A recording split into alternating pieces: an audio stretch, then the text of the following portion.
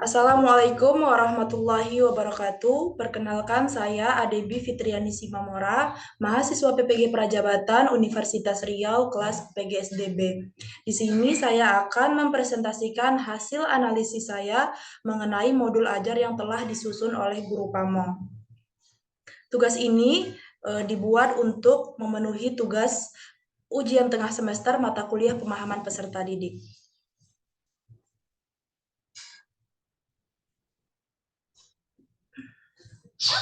Baik, ini saya share screen modul ajarnya. Nah, untuk pertama, bagian informasi umum terdiri dari identitas modul.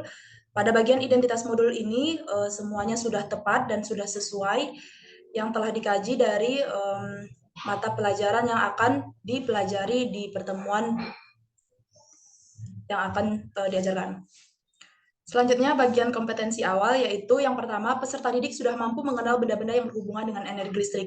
Nah, pada bagian kompetensi awal ini sudah sesuai karena memang telah dipelajari di pertemuan sebelumnya. Yang kedua yaitu peserta didik dapat menggunakan energi listrik dalam kehidupan sehari-hari.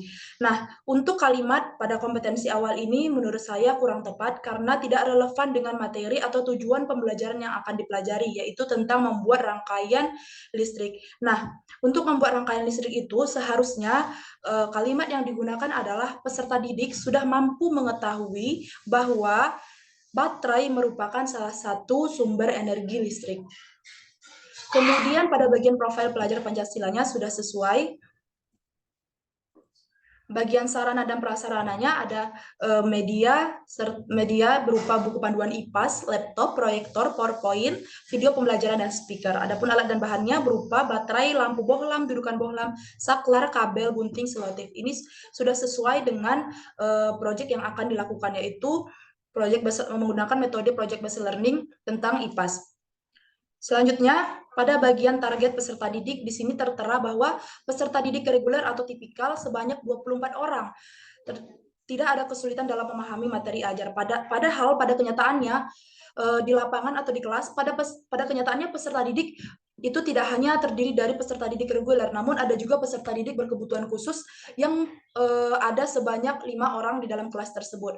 Menurut saya, pada bagian target peserta didik ini perlu dibuat penjelasan bahwa peserta didik berkebutuhan khusus juga memiliki langkah-langkah pembelajaran yang berbeda dengan peserta didik yang reguler. Kemudian pada bagian F yaitu pendekatan atau model atau metode. Nah, model pembelajaran yang digunakan dalam modul ajar ini adalah Project Based Learning atau PJBL. Alasannya ini sudah sesuai karena dengan peserta didik membuat produknya langsung, produk tentang rangkaian listrik secara langsung akan membuat mereka paham dan memiliki kepahaman yang melekat kuat.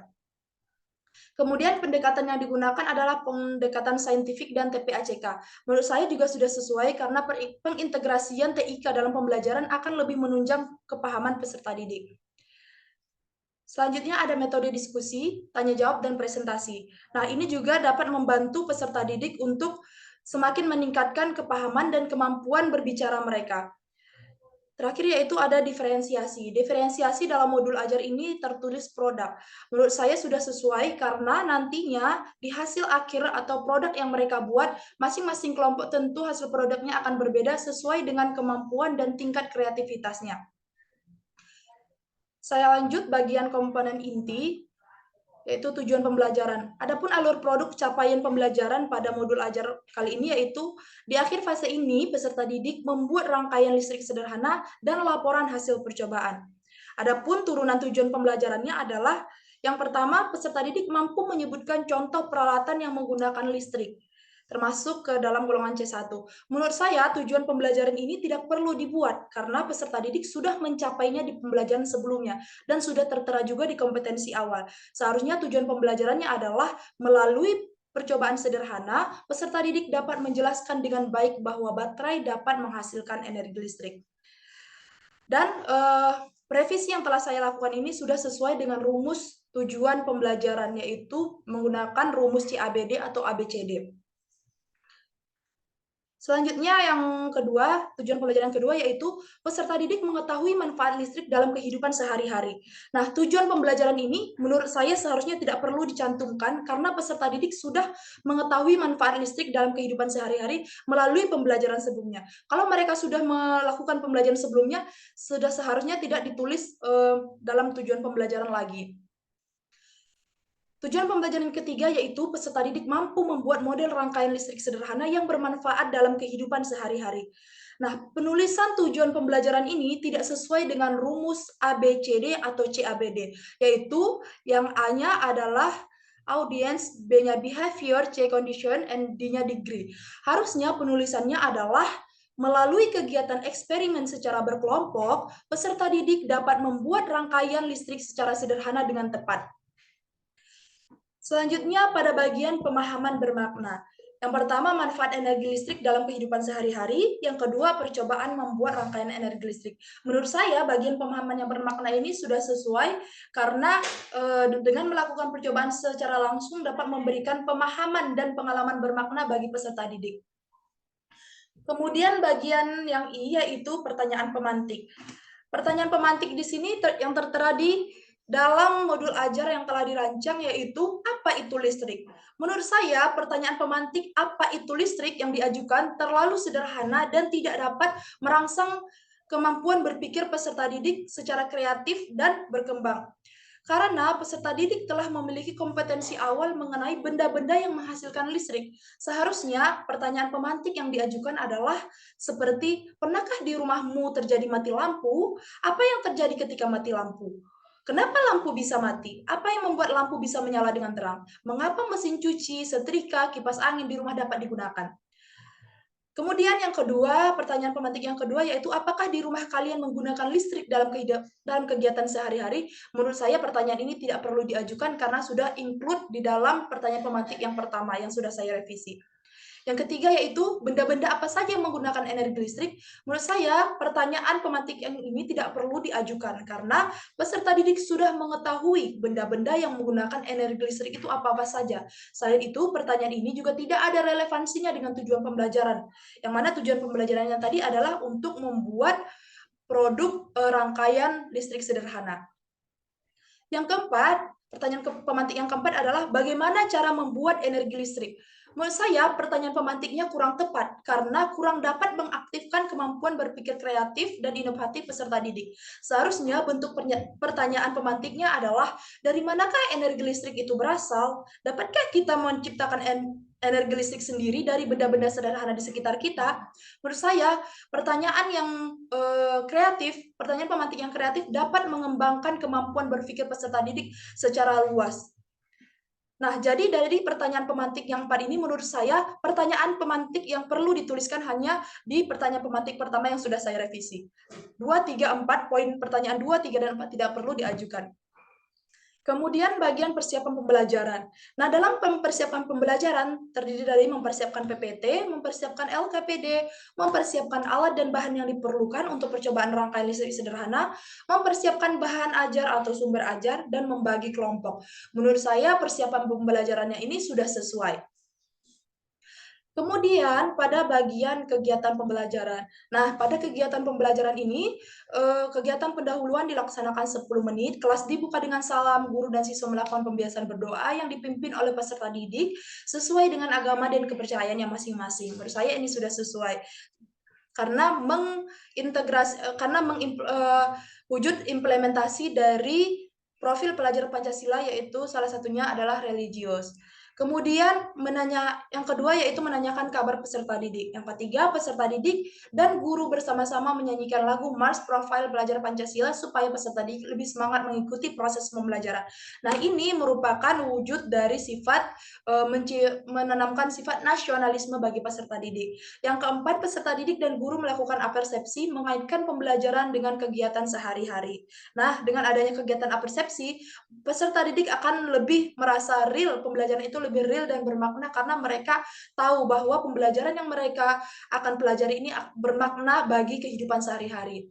Kemudian yang terakhir yaitu peserta didik menyimak penjelasan guru tentang kesepakatan kelas dan tujuan pembelajaran mengenai listrik. Tujuan dari pemberian kesepakatan kelas ini adalah agar pembelajaran dapat berlangsung secara disiplin dan sesuai dengan yang diharapkan. Dan pemberian tujuan pembelajaran di awal ini gunanya adalah agar kegiatan pembelajaran dapat berlangsung sesuai dengan yang diharapkan dan dapat mencapai kompetensi yang diharapkan. Kemudian, secara keseluruhan bagian kegiatan pendahuluan ini menurut saya sudah sesuai. Nah, selanjutnya kegiatan inti, di sini tertera kegiatan inti 50 menit. Dan pada bagian informasi umum tadi dijelaskan bahwa dalam pembelajaran yang diampu pada modul ajar kali ini selama 2 kali 32 JP ya, selama 2 JP. Nah, menurut saya untuk pembelajaran dengan model PJBL atau Project Based Learning ini sangat tidak cukup menggunakan waktu selama hanya 2 JP saja. Sehingga jika pembelajaran hanya selama 2 JP saja, maka langkah-langkah pembelajaran tidak akan berjalan semuanya. Ada langkah-langkah pembelajaran yang tentu tidak akan berjalan. Oleh sebab itu, yang perlu diperbaiki dari modul ajar ini adalah memperbaiki jam mengajarnya, yang dari semulanya 2 JP mungkin bisa ditambah 4 JP. Jadi jika pembelajaran hari ini tidak selesai, bisa dilanjutkan di pertemuan selanjutnya selama 2 JP. Jadi untuk menjelaskan materi dalam modul ajar ini dibutuhkan sekitar 4 JP. Nah, untuk kegiatan intinya ada menentukan pertanyaan atau masalah utama. Menurut saya sudah sesuai karena sesuai dengan sintaks dari PJBL. Kemudian guru memberikan pertanyaan mendasar, apa itu listrik? Nah, bagian apa itu listrik tadi diganti sesuai dengan pertanyaan pemantik yang sudah saya revisi tadi. Nah, kemudian yang kedua, peserta didik menyimak penjelasan guru tentang energi listrik. Yang ketiga, peserta didik bersama guru saling bertanya jawab tentang energi listrik. Yang keempat, peserta didik menyimak penjelasan guru tentang sumber energi listrik. Langkah selanjutnya yaitu merencanakan proyek. Menurut saya ini sudah sesuai karena menggambarkan sintaks dari PJBL itu sendiri. Merencanakan proyek itu terdiri dari peserta didik dibagi menjadi 5 kelompok, setiap kelompok terdiri dari 4 sampai 5 orang. Kemudian setiap kelompok mendapatkan lembar kerja peserta didik, alat dan bahan untuk pembuatan rangkaian energi listrik sederhana. Yang ketiga, peserta didik mendengarkan penjelasan guru tentang langkah-langkah dalam pengerjaan LKPD. Yang keempat, peserta didik menyimak video pembelajaran tentang cara membuat rangkaian energi listrik sederhana melalui link video YouTube. Kemudian, peserta didik mulai mengerjakan percobaan rangkai listrik sederhana melalui instruksi dari guru. Nah, pada bagian kegiatan inti ini, menurut saya yang perlu diperbaiki adalah memberikan penjelasan tentang peserta didik yang berkebutuhan khusus tadi. Apa bagian atau tugas mereka dalam pengerjaan proyek ini. Apakah tugas mereka itu harus sama dengan peserta didik reguler ataukah tidak? Seharusnya itu diberikan penjelasan di bagian perencanaan proyek ini. Baik, selanjutnya membuat jadwal penyelesaian proyek, yaitu guru dan siswa membuat kesepakatan tentang jadwal pembuatan proyek terkait tahapan yang akan dilakukan serta waktu pengumpulan hasil tersebut. Dan yang terakhir yaitu peserta didik menyusun jadwal penyelesaian proyek dengan memperhatikan batas waktu yang sudah ditentukan. Nah, ini juga sudah sesuai dengan sintaks PJBL. Kemudian memonitor kemajuan hasil proyek, yaitu peserta didik akan melakukan percobaan dengan membuat sebuah rangkaian listrik sehingga lampu bisa menyala dengan bantuan baterai. Kemudian peserta didik melakukan percobaan membuat proyek dengan membuat model sederhana tentang rangkaian energi listrik sederhana. Kemudian peserta didik menyesuaikan dengan jadwal, mencatat setiap tahapan, dan mendiskusikan yang muncul selama penyelesaian proyek. Selanjutnya, mempresentasikan dan menguji hasil penyelesaian proyek, yaitu peserta didik membuat laporan hasil produk model sederhana energi listrik bersama kelompoknya, dan peserta didik mempresentasikan hasil karya model sederhana energi listrik di depan kelas secara bergantian dari masing-masing kelompok. Langkah selanjutnya yaitu mengevaluasi dan refleksi proses dan hasil proses. Peserta didik memberikan tanggapan dan penghargaan kepada peserta lain yang telah mempresentasikan hasil diskusinya. Guru mengapresiasi dan memberikan support yang baik dan menyenangkan terhadap seluruh tugas yang dikerjakan oleh peserta didik. Peserta didik bersama guru menyimpulkan pembelajaran hari ini dan peserta didik mengerjakan soal evaluasi yang dibagikan oleh guru untuk mengetahui pemahaman peserta didik mengenai materi pembelajaran hari ini. Nah, adapun kegiatan penutupnya selama 10 menit yang terdiri dari peserta didik bersama guru melakukan refleksi pembelajaran mengenai materi pembelajaran, yaitu dan menanyakan pertanyaan bagaimana perasaan kamu. Nah, di bagian kegiatan penutup ini menurut saya perlu ada tambahan selain menanyakan perasaan peserta didik, yaitu boleh menanyakan pertanyaan refleksi tambahan seperti pengetahuan baru apa yang telah kamu dapatkan pada pembelajaran kali ini. Nah, itu akan bisa dijadikan acuan bagi guru untuk menentukan seberapa berhasilnya pembelajaran yang terjadi pada hari ini dan untuk meninjau dan sebagai bekal guru untuk mengamati kelebihan dan kekurangan guru dalam mengajar. Selanjutnya refleksi dari guru yaitu kegiatan penutup selanjutnya yaitu guru memberikan informasi mengenai kegiatan pembelajaran pada pertemuan selanjutnya dan pembelajaran ditutup dengan salam. Nah, pada bagian asesmen pertamanya, bagian asesmen di bagian modul ajar ini tidak dituliskan sama sekali. Sehingga saya merevisinya dengan kalimat seharusnya dicantumkan asesmen apa yang digunakan pada pembelajaran ini. Menurut hasil analisis saya, asesmen yang cocok digunakan pada pembelajaran ini adalah tiga asesmen. Yang pertama yaitu asesmen diagnostik yang bertujuan untuk memetakan kesiapan peserta didik yang terwujud dalam pembentukan kelompok. Nah, setelah itu menggunakan asesmen formatif, yaitu berupa penilaian atau jurnal unjuk kerja secara pribadi dan kelompok serta penilaian hasil produk secara berkelompok. Kemudian terakhir diberikan asesmen sumatif berupa pemberian soal evaluasi untuk mengukur ketercapaian pembelajaran pada hari ini. Selanjutnya pada bagian pengayaan dan remedial. Nah, kegiatan pengayaan dan remedial sebelumnya tidak dicantumkan dalam modul ajar ini. Sehingga menurut analisis saya, kegiatan pengayaan dan remedial itu seharusnya dicantumkan, yaitu peserta didik yang hasil belajarnya belum mencapai target atau nilai KKM perlu dilakukan remedial berupa pengulangan materi dengan menggunakan pendekatan lebih individual kepada peserta didik dan pemberian tugas tambahan secara individu untuk perbaikan hasil belajar peserta didik yang bersangkutan. Nah, dengan demikian, seluruh kebutuhan belajar peserta didik akan terpenuhi. Nah, selanjutnya yaitu bagian refleksi peserta didik dan guru. Nah, bagian refleksi guru yaitu pada bagian manajemen kelas, yaitu apakah waktu kegiatan belajar mengajarnya sudah efektif dan efisien. Menurut saya kalimat dalam manajemen kelas ini sudah sesuai dan ini dapat dijadikan sebagai bahan refleksi untuk guru untuk memperbaiki pada pembelajaran selanjutnya. Jika ada yang kurang, dapat diperbaiki. Dan jika ada yang sudah bagus, dapat lebih ditingkatkan dan dipertahankan. Seperti itu.